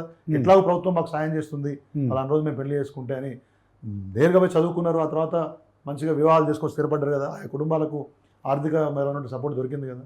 నేనేమంటున్నా మీరు చెప్పిన అంశాలని అడిగాను తప్పితే వేరే ఏ అంశాలను అడగలేదు. ఇవాళ మళ్ళీ ఏదో ముఖ్యమంత్రి గారు ఆగస్టు 15 లోపల రుణమాఫీ చేస్తామని చెప్పినారు. దానికేదో మళ్ళీ కొత్తగా మేనిఫెస్టోలో లేని పద్ధతిలో ఏదో కొన్ని నిబంధనలు పెడతామని చెప్పినారు. ఫైన్, పెట్టండి. రైతు బంధువులు రైతు భరోసా చేస్తామన్నారు, ₹15,000 ఇస్తామన్నారు, ఇప్పటివరకు ఇవ్వలేదు. రైతు భరోసా విధి విధానాల కోసం మొన్న మంత్రివర్గ ఉపసంఘం వేసుకున్నారు. నేనేమంటున్నా, రాజకీయ పార్టీగా, ప్రతిపక్ష పార్టీగా, ప్రధాన ప్రతిపక్ష పార్టీగా, 10 సంవత్సరాలు పాలించినటువంటి పార్టీగా ప్రభుత్వం ఏం చేయగలుగుతుందో అవగాహన ఉంది కాబట్టి మీరు ఇచ్చినటువంటి ఒక హామీలను ప్రశ్నించడము, ప్రజల వైపు నుంచి అడగడం అనేది మా యొక్క విధి, డ్యూటీ. దాన్ని అడుగుతాము. దానికి మీరు ఈసడించుకుంటే, దానికి ఇబ్బంది పడితే, దానికోసం ద్వేషం పెంచుకుంటే ఎట్లా? ఇక అంటే ఈ ఏదైతే 6 గ్యారెంటీల విషయంలో ముఖ్యంగా రైతులకు సంబంధించి 2 లక్షల రుణమాఫీ విషయంలో మరి గతంలో ఆర్థిక శాఖ మంత్రి బీఆర్ఎస్ ప్రభుత్వంలో ఉన్న ఈటల రాజేందర్ గారు ఇది అమలు చేయడం సాధ్యం కాదన్నారు. తర్వాత ఆర్థిక శాఖ మంత్రికి పనిచేసిన హరీష్ రావు గారు కూడా ఇంకొక అడుగు ముందుకేసి ఇది అమలు చేస్తే నేను రాజీనామా చేస్తానని చెప్పడం కావచ్చు. ఇది ఎట్లా చూస్తారు? రేపు 15 లోపు 2 లక్షల రుణమాఫీ మేము చేస్తాం, హరీష్ రావు రాజీనామా సిద్ధంగా ఉండాలని కాంగ్రెస్ నాయకులు డిమాండ్ చేస్తారు. నాకు తెలిసి హరీష్ రావు గారు టోటల్ 6 గ్యారంటీలకు సంబంధించి అవి కాకుండా 13, 19 హామీలు ఇచ్చినారు. ఆ హామీలే కాకుండా టోటల్ మేనిఫెస్టోలో 420 పైగా 400కు పైగా ఇంకేదో హామీలు ఇచ్చినట్టు గుర్తుంది. అవన్నీ కాకుండా కనీసం ఈ హామీలు, ఈ 6 గ్యారంటీలు పూర్తి స్థాయిలో అమలు చేయాలనే విషయాన్ని చెప్పినట్టు నాకు గుర్తుంది. ఒక రుణమాఫీ అని చెప్పైతే నాకు గుర్తులేదు. ఆ లెటర్ బాజాప్తా వారు పత్రికలకు ఇచ్చిన, బహుశా నా దగ్గర న్యూస్ 360 దగ్గర కూడా ఆ కాపీ ఉంటే కూడా మీరు చూడొచ్చు. కాబట్టి చేస్తే సంతోషము. ఈ మొత్తం 6 గ్యారంటీలు పూర్తి స్థాయిలో 13 హామీలు మొత్తంగా అమలు చేయండి. అమలు చేసిన తర్వాత మాట్లాడదాం కదా.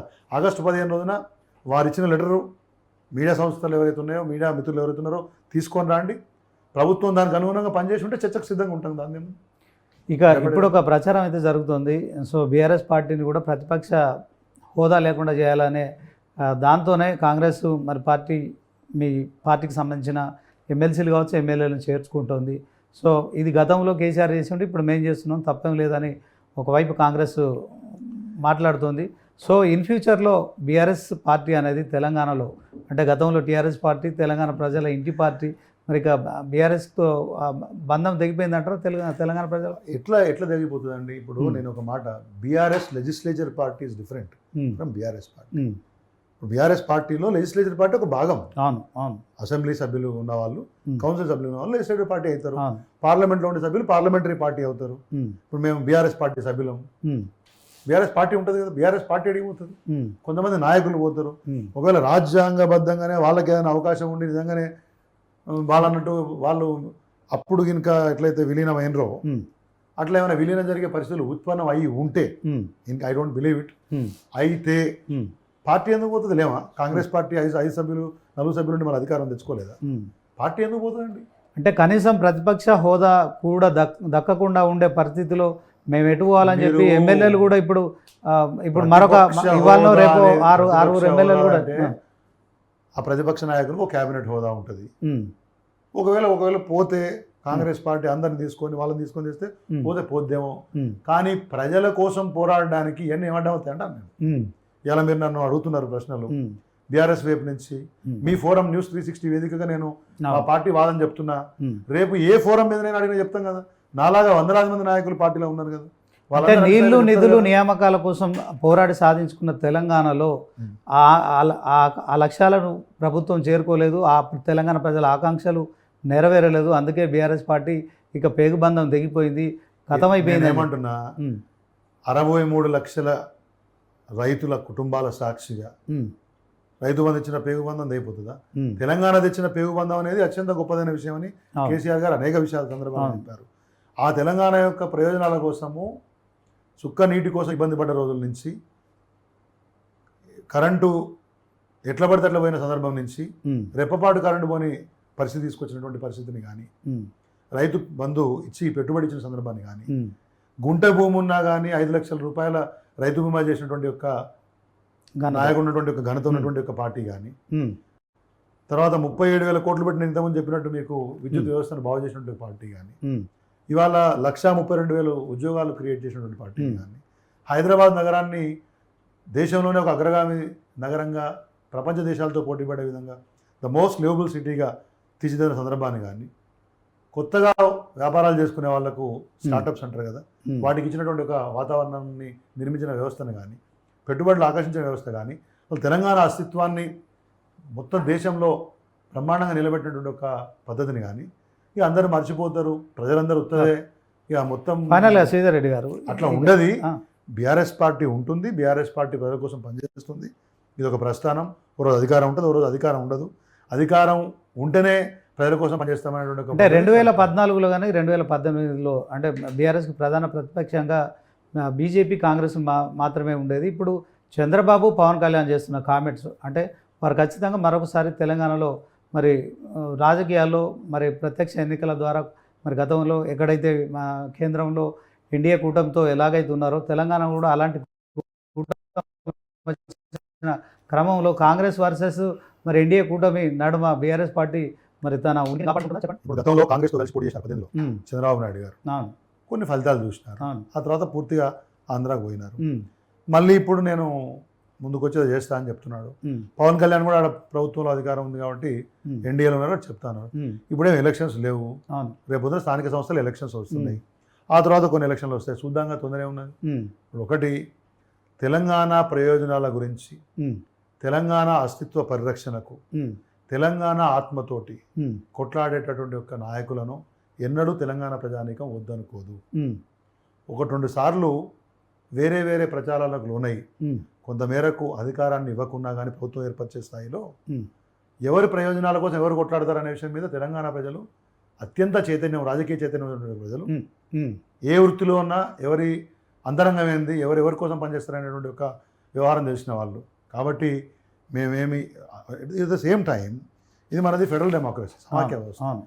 ఏ రాష్ట్రంలోనైనా ఏ రాజకీయ పార్టీ అయినా వచ్చి పోటీ చేయొచ్చు, ప్రజల యొక్క దీవెన కోరొచ్చు, ప్రజల తీర్పు కోరొచ్చు.